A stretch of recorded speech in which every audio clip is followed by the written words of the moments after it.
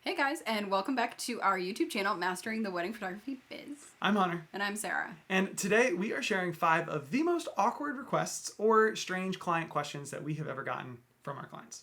And after capturing more than 150 weddings, as well as more than 500 portrait sessions, we have gotten some pretty strange requests from clients. And today we are just going to share how we answered some of our most awkward ones. So request number 1, I don't like my face in the photo. Can you replace it with this one? So believe it or not, this first one actually did happen during our second year of shooting as wedding photographers. We were shooting family photos just after a wedding ceremony, and for whatever reason, our bride's grandmother just refused to smile. And of course, I did my usual, like, okay, everybody look right here, big smiles, 1, 2, 3. And when I noticed that grandma was scowling at me, like I had just insulted her, I even did a little like, okay, guys, let's do one more. And hey, Grandma Smith, this time you give me a big smile. And she did not smile. She continued to scowl. And the bride just kind of gave us a look that was like, whatever, it's fine.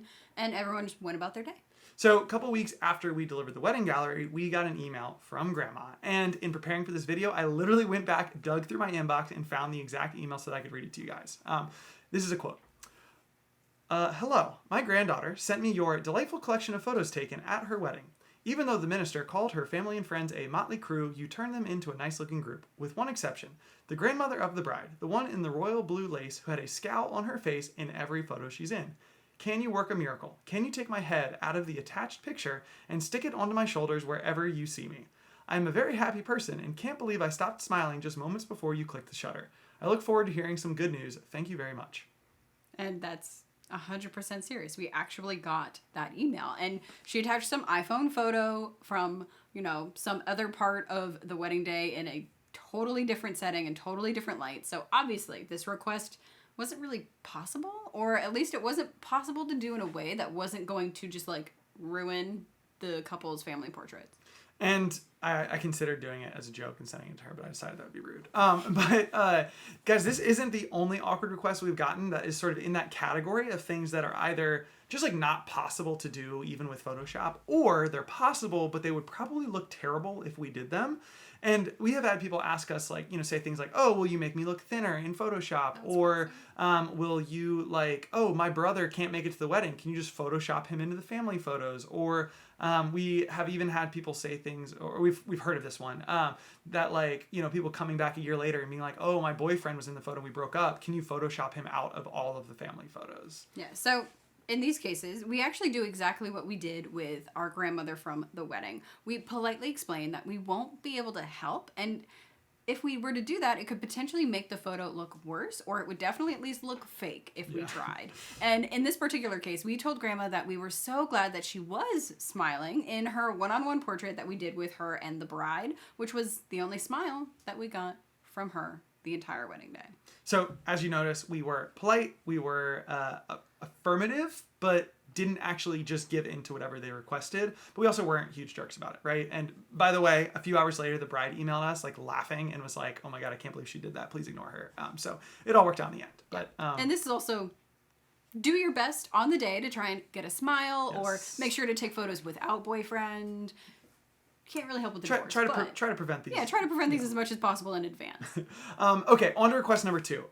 Can you come back to our hotel room with us after the wedding? So, full transparency, this one did not actually happen to us, but it did happen to one of our students, and we have permission to share this story.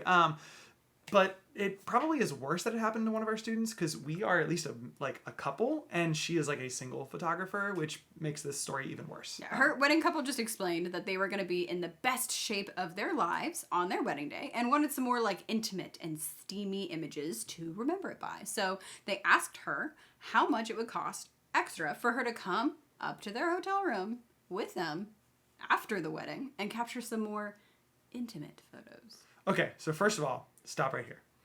No matter what your client's request, if you do not feel comfortable with it, you do not have to do it.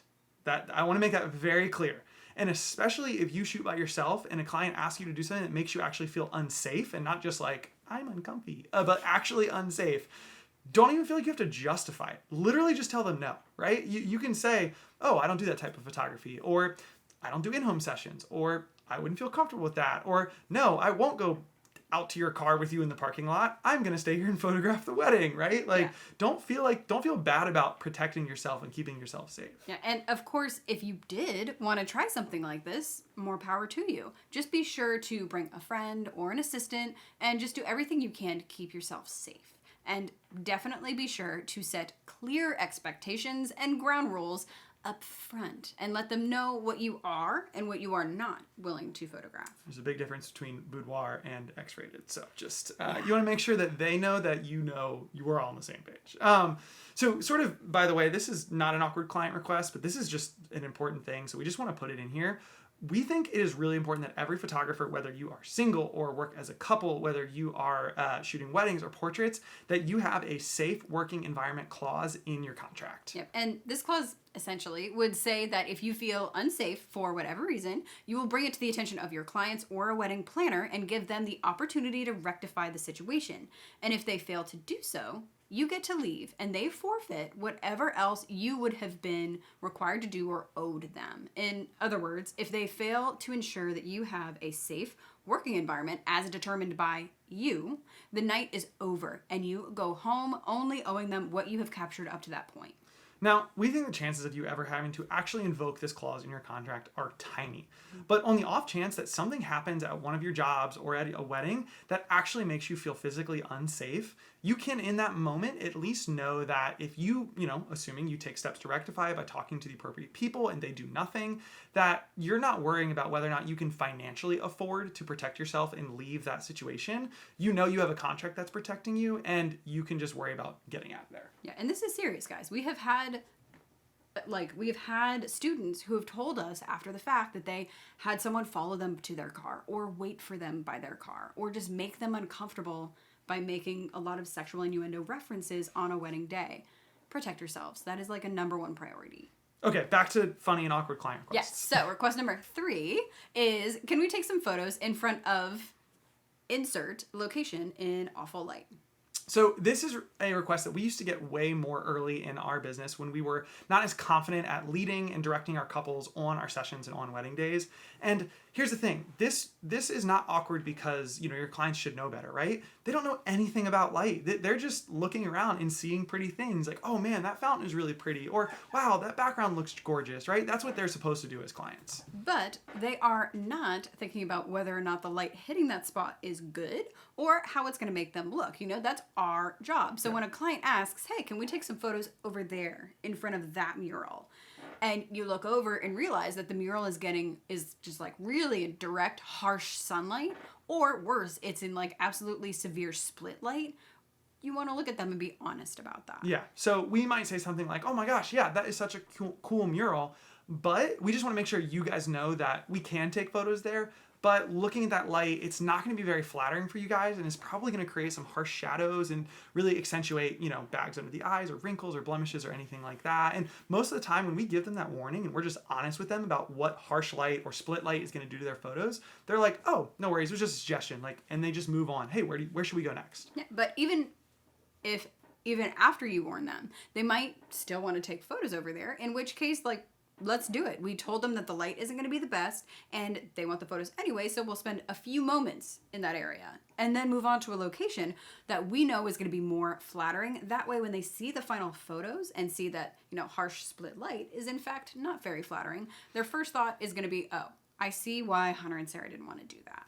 But if we hadn't said anything, if we had just capitulated to their every desire without taking an opportunity to educate them, thinking that was somehow, we were being nice to them, their first thought instead, when they look at that photo of that spot that they were really excited about in the moment and see really harsh split light, they're going to think, wait, why does this look like this, right? Like, what did Hunter and Sarah do wrong? And then maybe now you're trying to explain that over email because they're upset.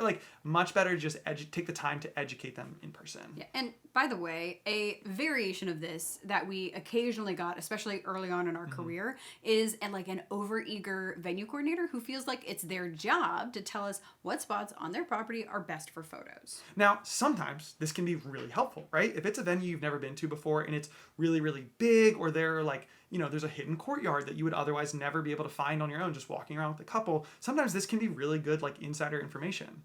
But most of the time, when we get these comments, or when we did get those comments. It's the venue coordinator trying to micromanage us, or just make sure that the photos we take look like every other wedding that's ever happened at that venue. And that's basically the opposite of our goal. Right? We know what good light looks like. We know how to take good photos. And so in these cases, when a venue coordinator is maybe being a little pushy with, their suggestions, we're of course going to be very polite and very gracious. But unless it's our client who is specifically making these suggestions, we're going to evaluate locations and backdrops based on our own artistic vision and in our own experience of light. And we're going to make decisions from there and not feel like we have to capitulate because it's their venue. Yeah. So, for example, if a venue coordinator tells us that clients just love taking photos in this one location, and we think that it just doesn't fit the vibe of our couple, or like the vibe of their wedding day, or if it's in terrible light, or it's just an atrocious angle, we might thank them for the suggestion, but explain that there were some other spots that we know our couple would be really excited to shoot at. And of course, just like explaining a bad lighting situation to your clients,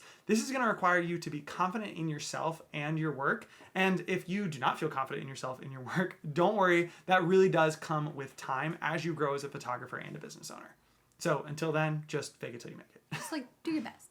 So the fourth awkward request usually goes something along the lines of can you remove all my blemishes and the flyaway hairs and stuff like that?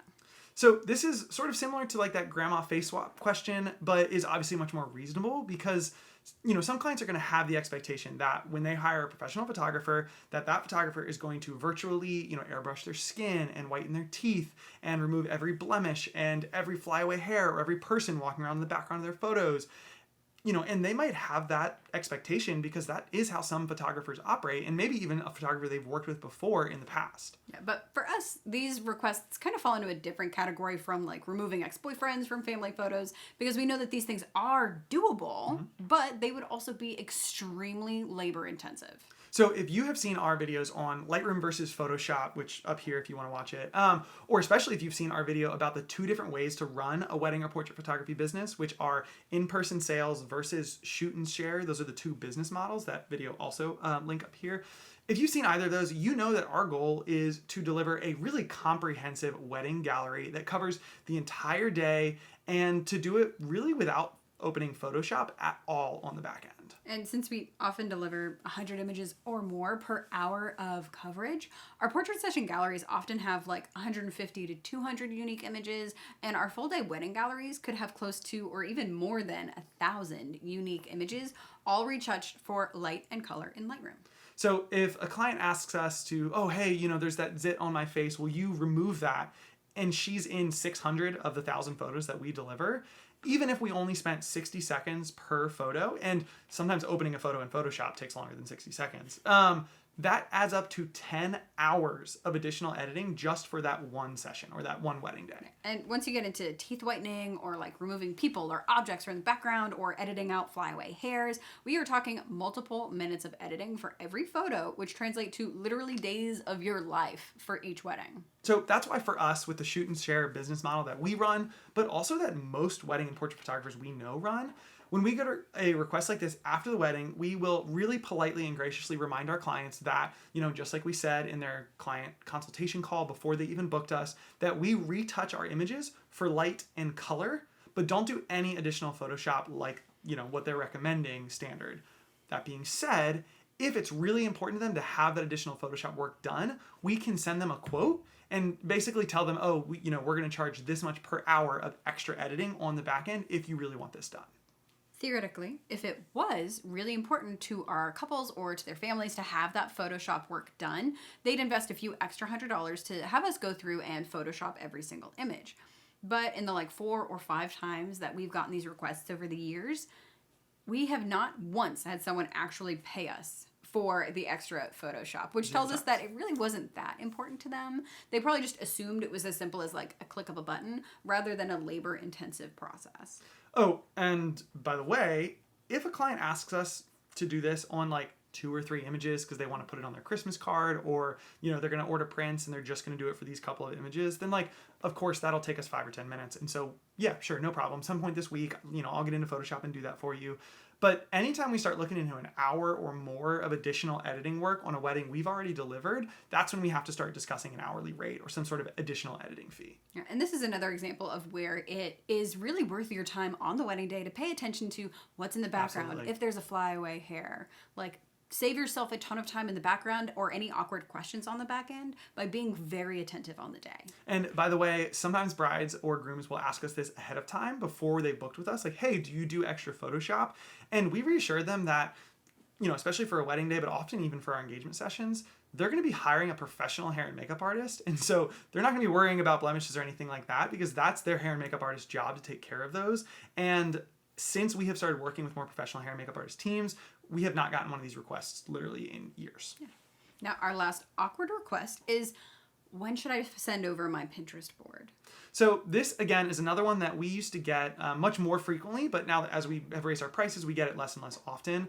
But still will occasionally get this question, even now as photographers who charge between, 8, 12 grand for our wedding day coverage. Now, it's one thing, if our couple wants to just communicate a general vibe or a theme to us ahead of their session. Yeah, that's like totally fine. Yeah, but it's another thing entirely if they want us to, shot by shot, recreate that Pinterest board. And this is especially problematic if they are sending us a Pinterest board that is full of like every engagement shoot photo they have ever seen in their lives, right? There's going to be things from different photographers, different couples, different locations, different light, different times of day, different outfits, basically implying that they want their engagement session to have like 95 different photographic styles within it.